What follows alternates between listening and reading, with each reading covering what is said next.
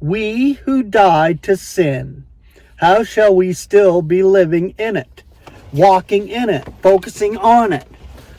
Romans chapter 6, verse 2. The dead not tempted. Most will acknowledge that temptations do not trouble a dead man. Sin is then no longer possible. He is beyond its reach. His eyes no longer strain to see the things they should not. His ears no longer seek forbidden sounds. His hands lie limp, powerless to grasp the untouchable.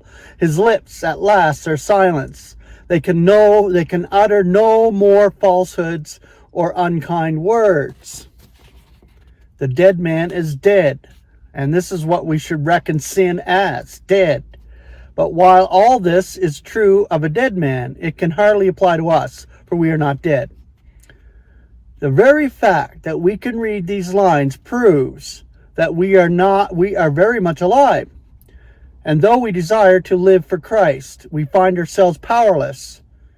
Try as we will, our eyes and ears may still be lured. Our tongues continue their careless conversations.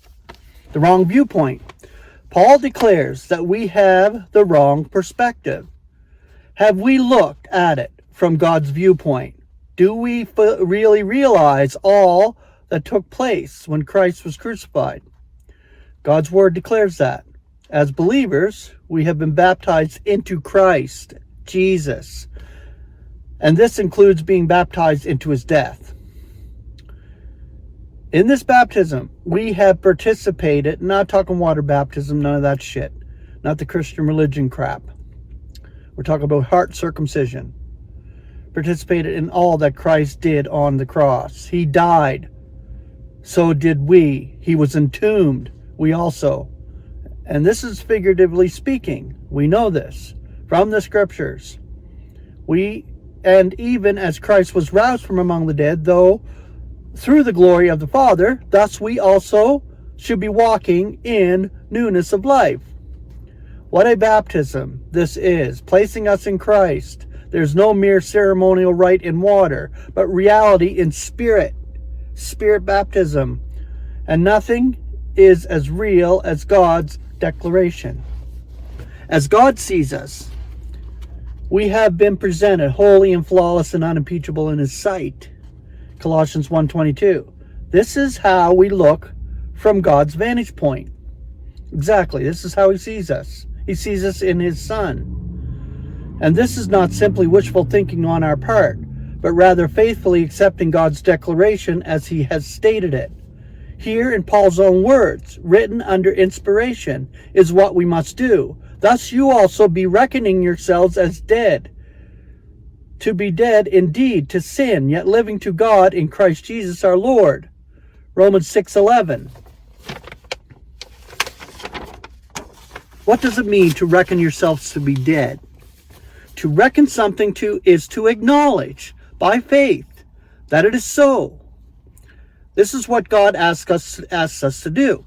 Our belief does not depend on our feelings, for we feel very much alive, but on God's dependable declaration that this is so. The secret is not in vanity, trying to overcome sin, as the Christians try to do, which they fail miserably at. The secret is not in daily dying to sin. Significantly, Paul never tells us to be dying to sin. This would be impossible in these mortal bodies. Anything that depends on our own efforts, even if it is to die, is doomed to failure. Paul chooses his words carefully, and we should observe them accurately. We are not to die, but to accept God's statement that we are already dead and alive again in Christ Jesus. Participation with Christ. Christ died. We can believe that. He was entombed. He rose again. God roused him from among the dead. He is the first to be roused from among the dead. But God tells us to reckon that by baptism into him, we also participated. Now, if we died together with Christ, we believe that we shall be living together with him also. Not only at some future time, but also right now. He is living resurrection life right now. We are invited to share this privilege with him in spirit right now. Christ died to sin once and for all time. He died to sin. This does not only mean that he died for our individual sins, although it is true that he paid the penalty that was rightfully ours for each and every one. But Christ died to sin, capital S, period, once for all time.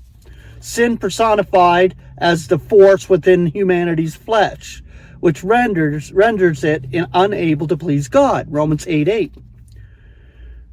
What a grand thought. Christ not only died for our sins, plural, but he died to sin, literally the sin, singular. So he died to sin and has disposed of it from its absolute monarchy over mankind, and this once for all time. No wonder death is lording it over him no longer. With sin out of the picture, death is powerless.